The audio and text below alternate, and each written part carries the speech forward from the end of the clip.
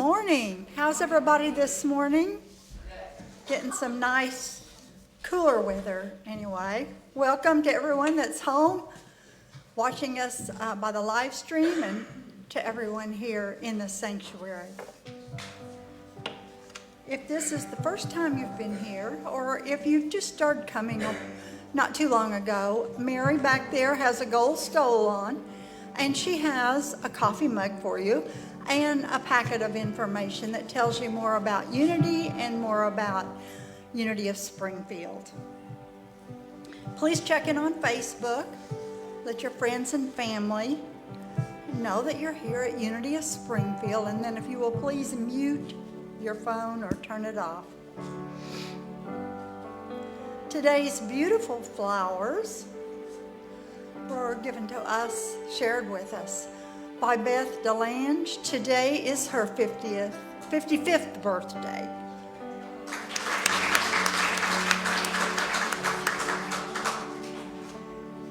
She ended up helping in the nursery this morning, so she's back there. She's just not in here. So if you see her, please tell her happy birthday.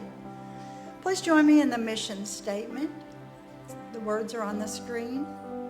Our mission is to encourage and inspire spiritual and personal growth by empowering each other to be authentically all that we came here to be. Please join me in speaking the affirmation for today's daily word.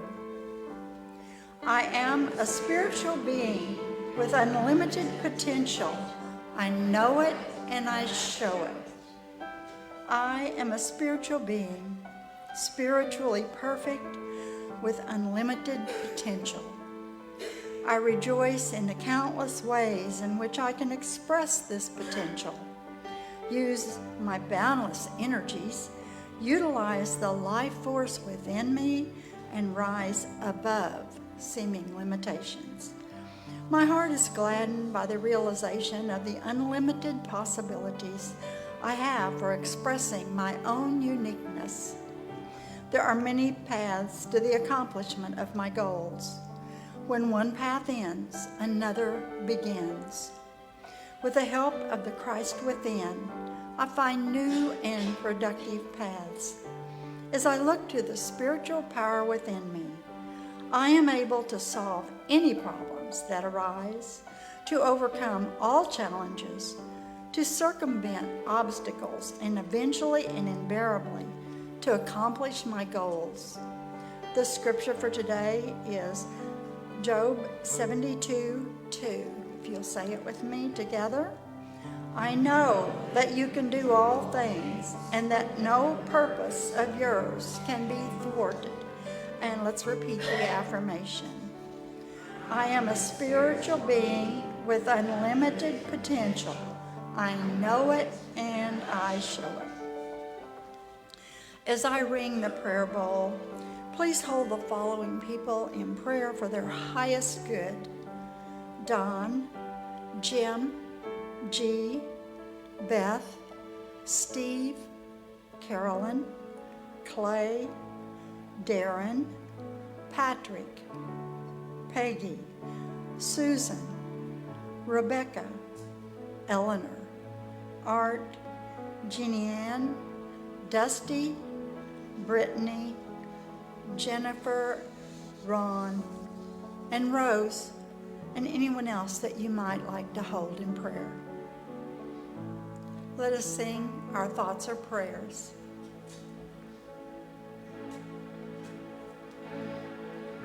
Our thoughts are prayers, and we are always singing. Our thoughts are prayers, listen to what you're saying. Seek a higher consciousness, a state of peacefulness. I know that God is always there, and every thought becomes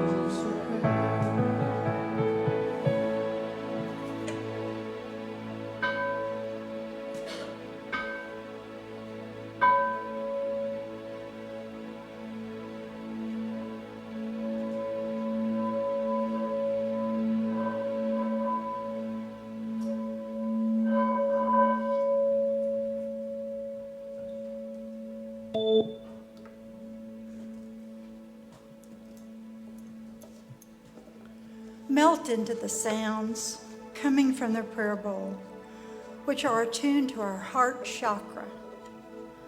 Let them open your heart for loving yourself and all others, even those sometimes hard to love.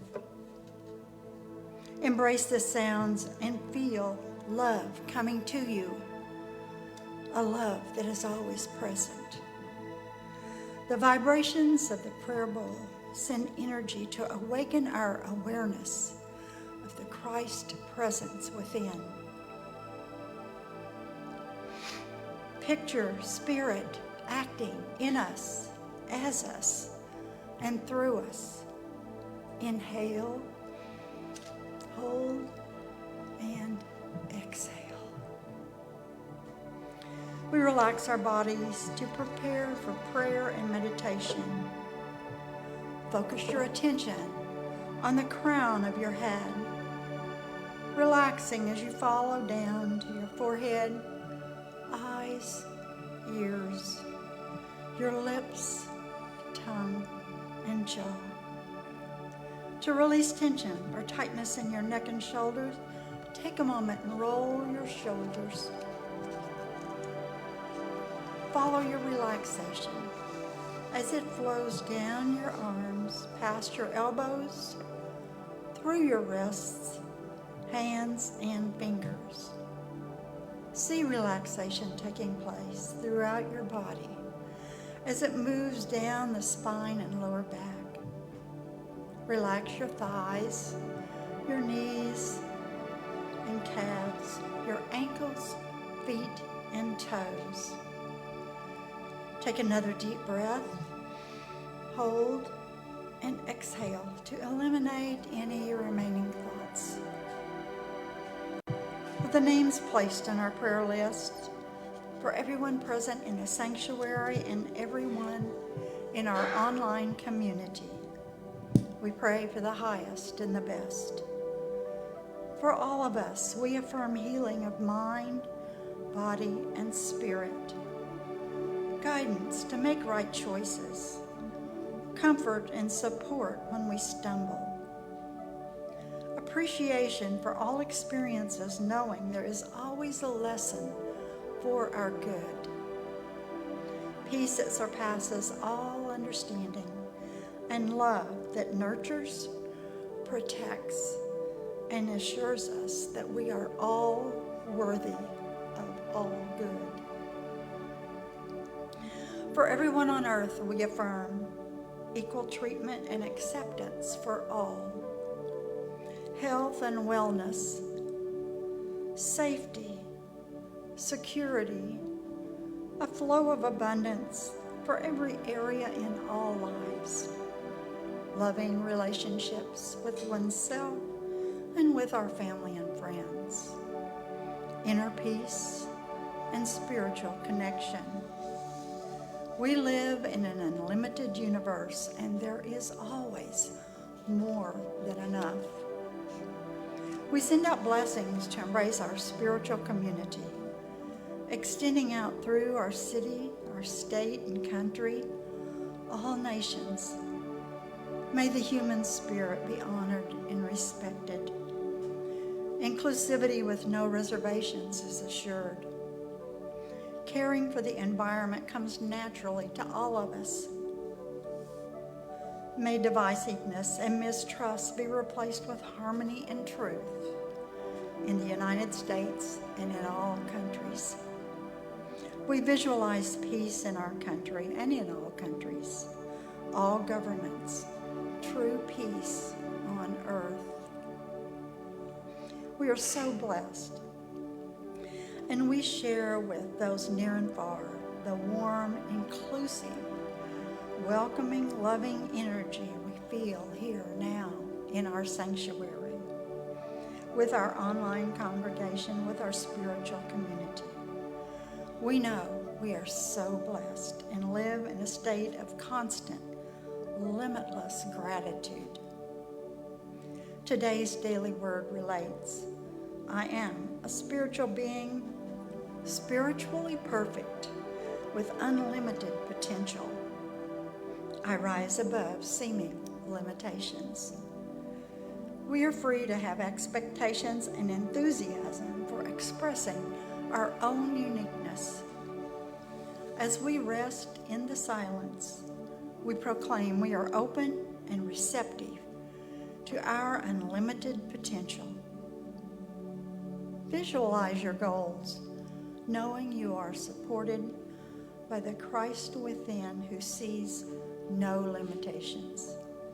Be grateful now for your anticipated opportunities in the silence.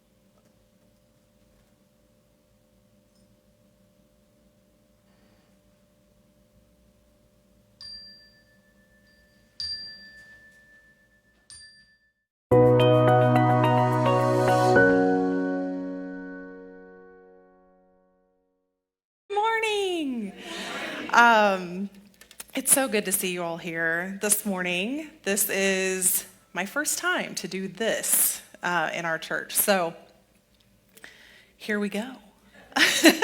So I don't know if this happens to anyone else, but Lisa and I, sometimes with our television viewing, we get into a little bit of like a rut with like watching the same kind of shows over and over. And over the winter, we got into just a habit. Really, if Lisa's left to her own devices, this is what the Netflix will show us that we like to watch, is things like true crime and like movies based on, you know, murder and stalking and all the things. I refer to them as the murder shows. So there was a point over winter where we'd been watching a lot of this true crime stuff, and we'd been watching a lot of suspense and thriller and all of that. And I think I finally was like, okay, I need a break from the murder shows. And she said, you know what? I agree.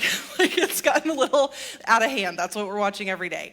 And so we agreed to do like a palate cleanser, if you will. And we said, well, we're going to focus on like some documentaries or movies about real life inspiring events or stories.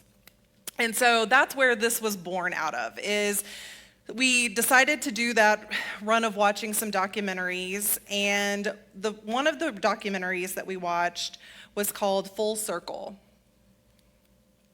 And this is the story of Barry Corbett and Trevor Kennison.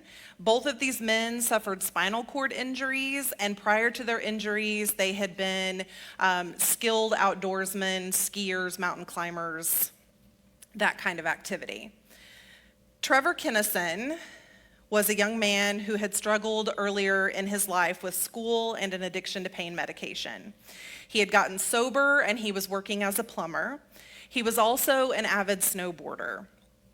In 2014, he was boarding in Colorado's Vail Pass. Now, he had experience with jumps of this difficulty, and so he wasn't worried, but he said he knew as soon as his feet left the lip of the jump, his body was at the wrong angle, and he was tilted too far forward. He was in danger of landing on his head or his neck, so he made the choice to tuck and land on his back instead.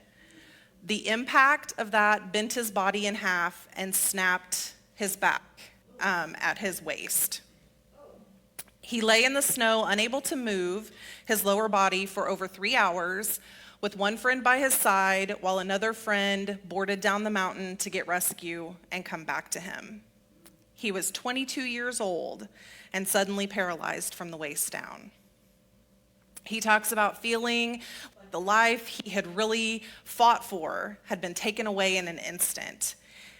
But he began to think that even though, in his words, the situation totally sucked, he needed to find some positivity if he was going to choose to live. And so he set goals to learn how to transfer from his wheelchair, take care of his daily hygiene, learn how to drive, get out of the rehab hospital. And he says that after learning how to navigate everyday life, utilizing a wheelchair, he decided to go to a ski competition because if he couldn't participate, he could at least still watch the thing that he loved. And it was at that competition that he saw a sit ski for the first time. He asked about lessons, but they were way out of his price range and didn't fit his budget at all.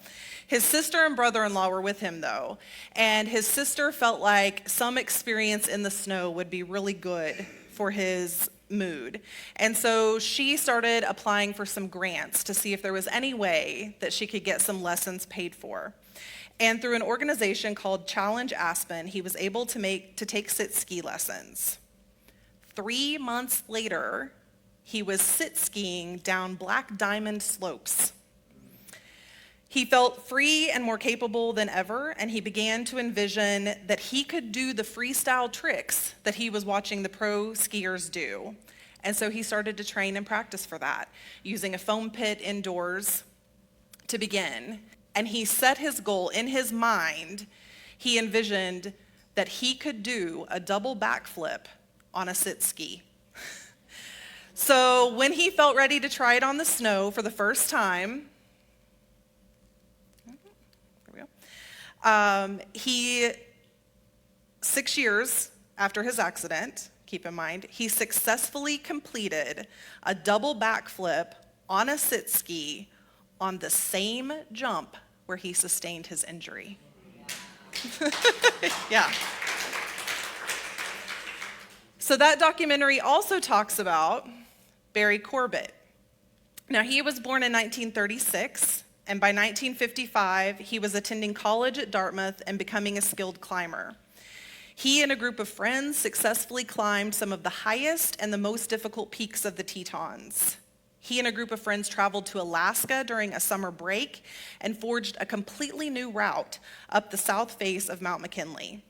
With accomplishments like that, his friends were not surprised when he was chosen to be one of the Americans on the first official American team to attempt Mount Everest in 1963.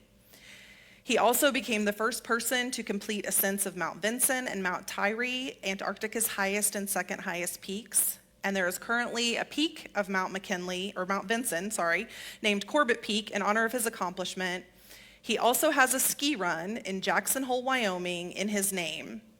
Corbett's Couloir is an expert ski run known as America's scariest ski slope.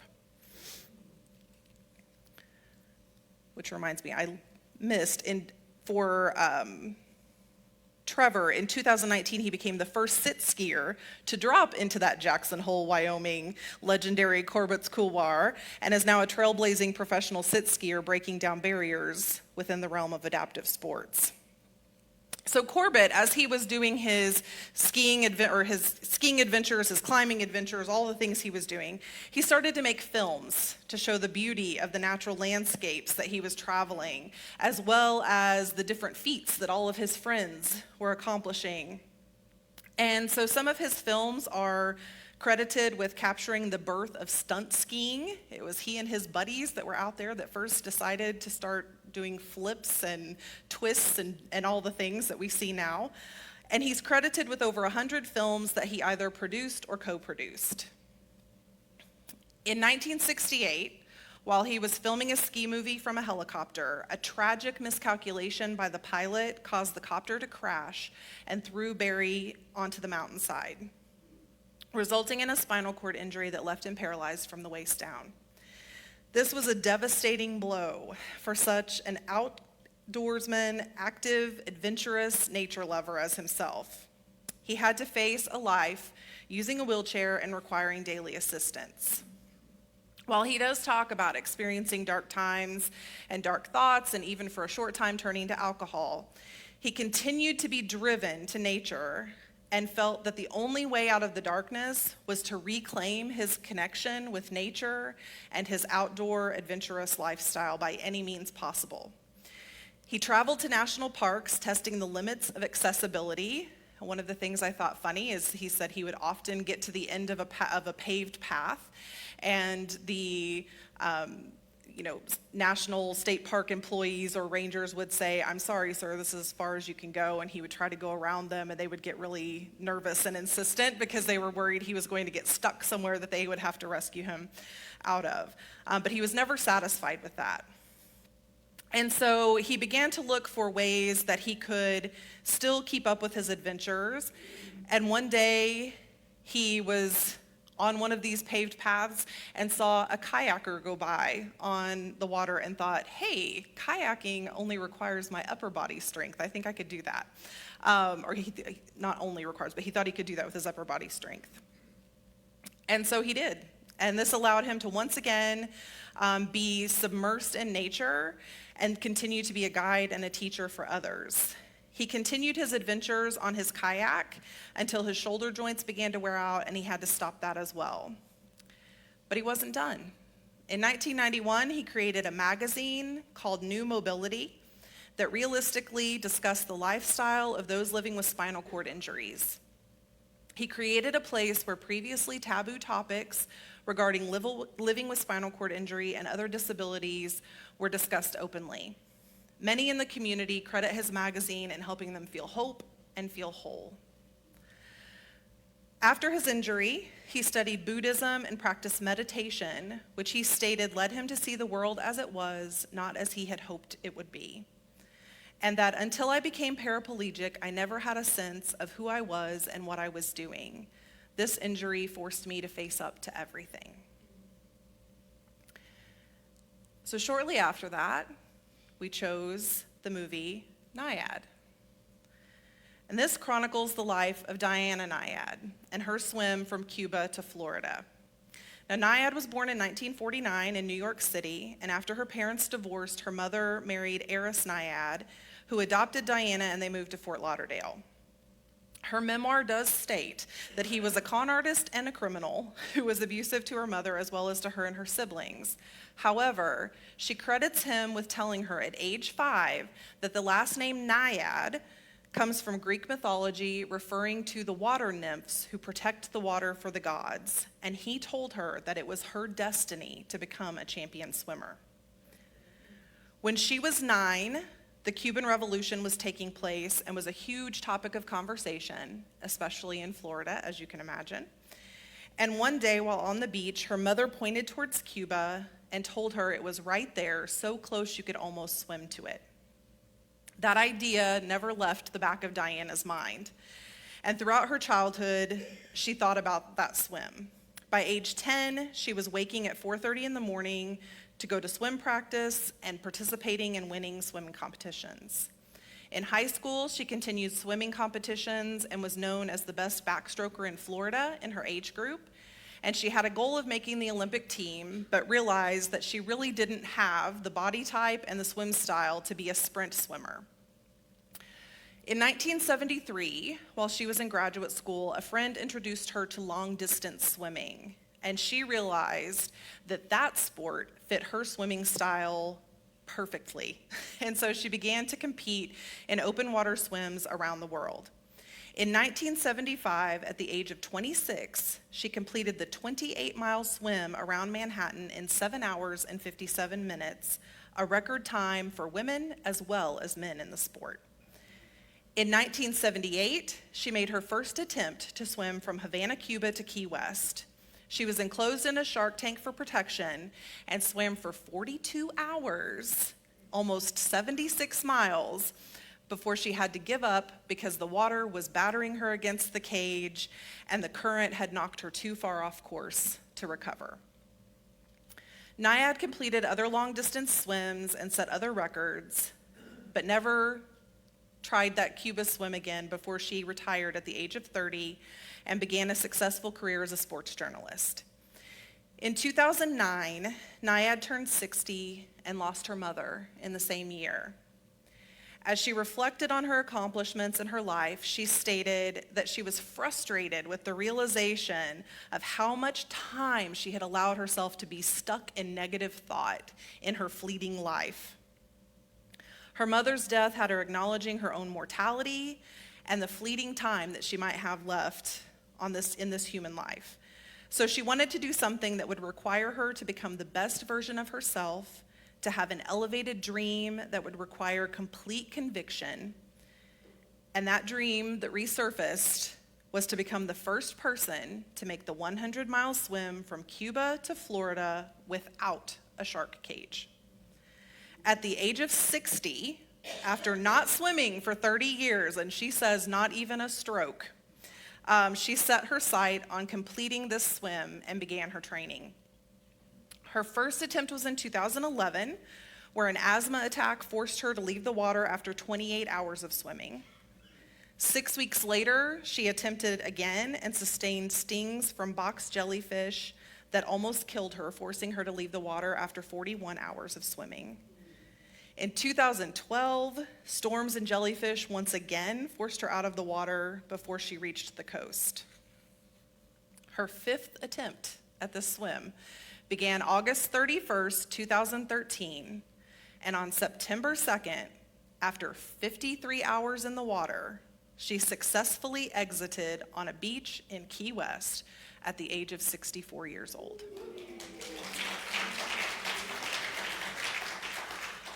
So there's lots of stories like this. There's stories of great accomplishment. There's stories of people digging deep. These are just some that we happen to watch. And as we watch them, I felt this awareness coming through me. So the first thing that I noticed was that these stories are incredible circumstances that were presented in the lives that could have resulted in all of these individuals giving up, in them being depressed, in them sitting into victim consciousness. We may have heard stories like this before and thought or said things like, well, who could blame them? I wouldn't even know what to do. I would feel like my life is over. Nothing would ever be the same. We may have met stories in our own lives like this, or others with pity, with immediate acceptance of limitations, or feelings of absolute loss. And while each of these three openly discussed a period of time where they allowed some of those feelings, a thread that ties them together is their ability to see beyond the current circumstances and connect with a new vision for themselves. This requires leaning into the law of non-resistance, to step into the present moment and allow the experience that is unfolding for you. None of these individuals would have moved forward if they were stuck in the past, thinking about all the limitations that were brought on by injury, ruminating over their past failures, despairing over the life or success they felt they had lost. Nor could they take the steps necessary if they were lost in worry about the future. What if I fail? What if I get injured again? What if I don't make it? In When Things Fall Apart, Pema Chodron says, the point is not to try to achieve some special state or to transcend the sound and movement of ordinary life. Rather, we are encouraged to relax more completely into our environment and to appreciate the world around us and the ordinary truth that takes place in every moment. There is the chance to die to all that has gone before and to relax instead of panic. So in our Unity teachings, we can relate this to the metaphysical interpretation of the crucifixion and the resurrection. The crucifixion being the moment a part of our human experience dies to us. It is gone. We can't have the exact same experience back. And the crucifixion being the moment, a part of our human experience changes and is new, and we rise to follow that. It could either be a process of spiritual evolution or caused by a sudden change in circumstances like Barry or Trevor experienced. And that rising is the moment where we step into our new self. But in the story, if we remember, there's also a day in between. And it's in that day of darkness where we learn to relax and not panic, where we make peace with the clearing out of the old, and we release that which is no longer serving us, and remember that all things are working towards our good. Trevor Kinnison has said, "I'd love to talk to anyone who could benefit from seeing how I live my life. You get hurt. It's not the end of life. It's just the beginning of a new one. There's so much more to life than what you think you can do." Mary Morrissey talks about dark nights of the soul in her Prosperity Plus course. And one of her quotes that plays in my mind often during rough patches is, "Dark chapter, not the whole book." This reminds me that if I'm still breathing, the story is not finished yet, and I get to be the co-author of the remaining chapters. And then it's time to rise. The next thing that struck me about these stories was the conviction with all three moved forward. I found myself being in awe of the faith they had in their vision, that it wasn't just a possibility, but it was certainty. It made me stop and think about how many times I put a roadblock in front of my own vision. Roadblocks like, "Oh, it'll take too long. I've never seen anyone do it that way before. I don't know if I have the strength, the wisdom, the skills," on and on. Does any of that sound familiar? Yet as I was watching these stories of these amazing individuals, Trevor, who decided not only to learn to sit ski, but to risk it all again by knowing that he could do a double backflip on that jump. Barry, who desired so strongly to be connected to nature that he put his body in a kayak with only his upper body strength to maneuver himself and save himself if he overturned. And he didn't just choose to float down nice, serene waterways. No, he dropped himself into whitewater rapids to truly feel that connection and the energy of the nature that he loved. And Diana, who saw 100 miles of ocean filled with sharks, deadly jellyfish, and strong currents, and said, "I know I can make it to the beach on the other side." Greg Lavoie, in his book Callings, defines passion as a state of love. He says we move towards a kind of divine presence because through our passions we are utterly present. We become charged and focused. In pursuing these passions or our vision, we lose focus of our ego selves, and we become less aware of our day-to-day troubles because we are in the flow of something bigger. This is truly evident in these stories. Great perseverance, great accomplishment. All three doggedly pursued these goals. As obstacles would arise, they maneuvered gracefully around them and stayed the course.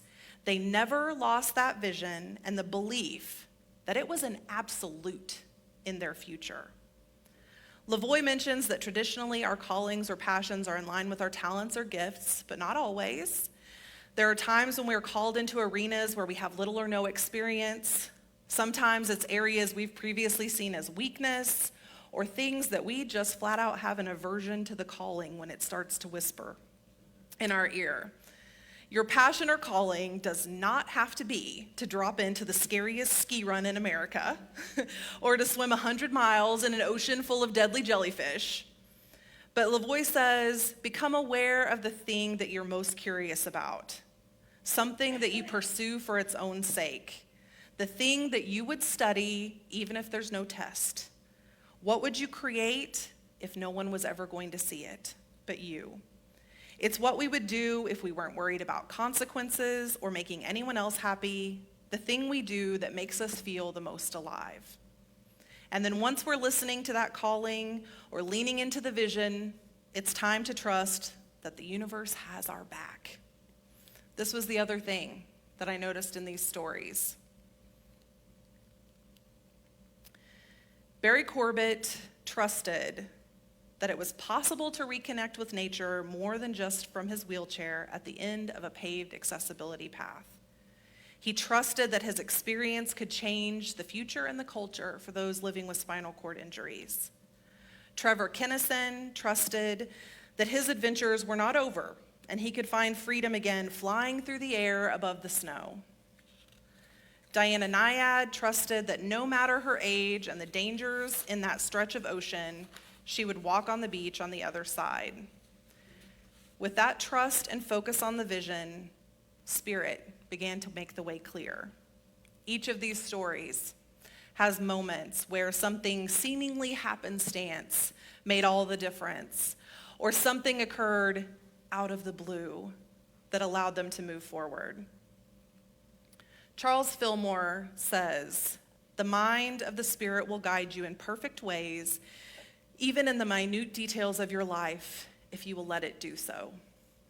I was reminded that if Spirit can make the way clear through 100 miles of ocean for a 64-year-old woman to swim nonstop from Cuba to the Florida Keys, it was absolutely possible for the way to be made clear for my dreams or yours. It also made me realize that maybe I've been playing small, ignoring those whispers a little too often. We are powerful beyond measure when we tap into our divine connection.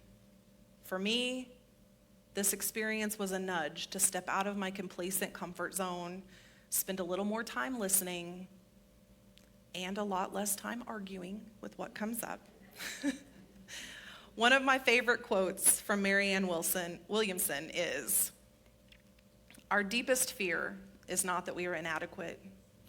Our deepest fear is that we are powerful beyond measure.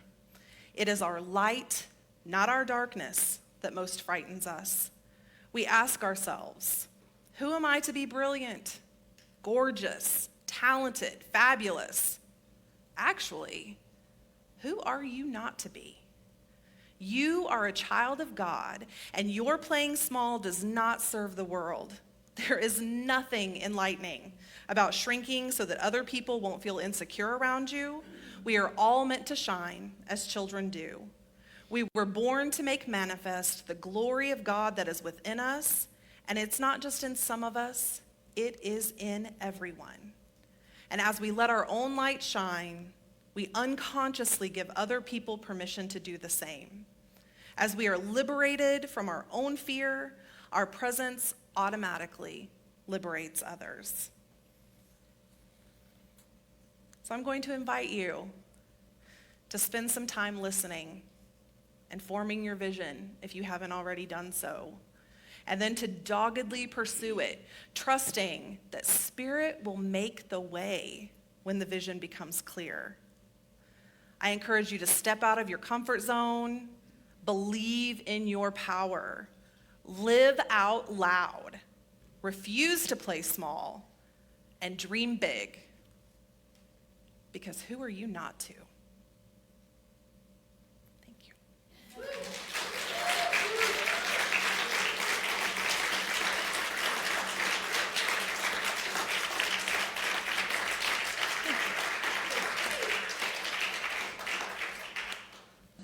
We map makers, we meet on Thursday mornings at 10 o'clock. And I wanted to show you how easy it is to help if you can't come on Thursday mornings at 10 o'clock.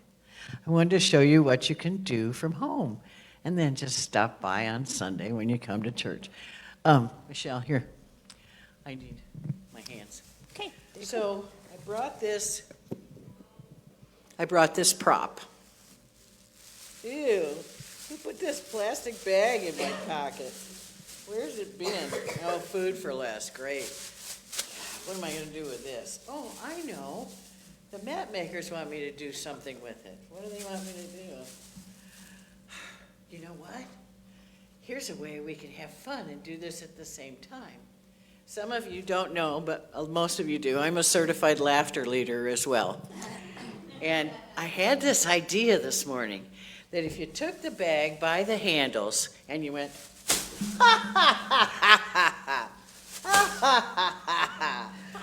did you know that they've proven that laughter is actually the best medicine? Anyway, then you stick your finger down here and you pull it tight like that. You grab your other handle, you pull it tight like that, stick it in there again, pull it tight. And now you've got this beautiful bag, right? It looks like it's right off the shelf, almost. Anyway, you can fold it in half. Now we'll take them just flattened out like that. That makes our life a whole lot easier. You know what we talked about this week at Map Makers, I found out it takes a whole minute to prepare each bag. And then it takes another minute to loop it together with 2 other bags to make what we call plarn, plastic yarn. Anyway, so it takes 600 bags to make a mat. So if you figure 600 bags and 2 minutes for each of those processes? How many? That's like 10 hours or something, isn't it? I don't know. You could save us a lot of time and we could get a lot more mats made faster. Anyway, after you get to this point, I fold it again. And I take the scissors and I cut down a ways because you want to make sure you get the whole bottom off. So I cut down about 1 inch or so, cut it off there, and go up here and you cut the handles off. I go about 2 or 3 inches down because these are a real pain in the butt if there's any left on there. Anyway, cut that off, and then you end up with this cool loop thing. And you loop them together. I don't know, most of you are old enough to have made those pot holders. And you loop those things together. You loop them together, and then we weave with them. And there's actually an extra loom, too, if anybody wants to start weaving with this. We've lost several weavers that had physical condition things come up. Old ladies. Oh, wait, and there was one old man. Anyway. Anyway, we'd love to have your help in any way you can, and I'll be out front demonstrating more thoroughly. See you later.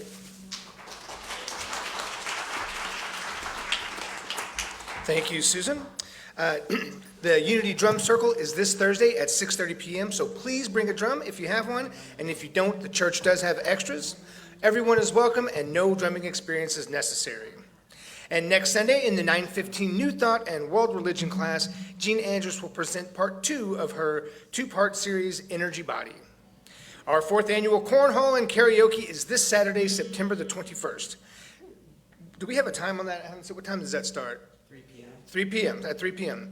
If you want to enter the Cornhole tournament, registration is $20 per team, and you can sign up in the foyer. If you want to play but need a partner, please sign up, and we will pair you with someone else who needs a partner.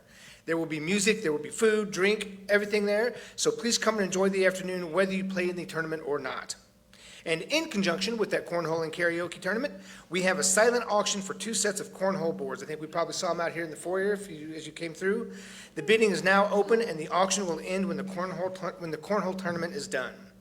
And the very final Community Through Music, Outdoor Music and Fire Pit is on September 28th at 7 p.m. There will be performances by Rick Dichtel, Eddie Gamusio, and duo Jason Lofton and Graham Wiley. Our town hall meeting is September 29th, right after the service. As a fundraiser for our community cupboard, the church will provide a taco bar, and there will be a suggested love offering of $5 for that. Do you need to relax and to rejuvenate? Well, on October 5th, we have at 3 p.m. a special guest coming to do a gong sound session.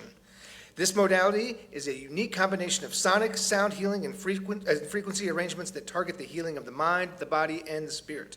The cost is $20, and you can purchase your ticket today, but the class is limited to 20 people. And one of our favorites, Mr. Daniel Nahmad, will be here Sunday, October 6th. Yeah! He will do the talk and music for our service, and then do a concert at 1 p.m. Again, tickets for that are $20, and you can purchase them in the foyer. Everyone who goes to that loves going to that, so please make sure that you attend that. That'll be a lot of fun. And we are doing a group visit to Unity Village on October 8th. If you would like to go, please sign up in the foyer. The tour begins at 10 a.m., and those who want to carpool will need to meet here at the church at 6:15 a.m. that morning. We will have lunch together after the tour, and you can either bring your own lunch or give $10 to the office, and we'll have food delivered. After lunch, you're free to explore the grounds. And I just say, having done the tour, it is a lot of fun. It's very, very cool to see our headquarters and just to see how the whole place is laid out. It's really neat, so I encourage you to do that. John?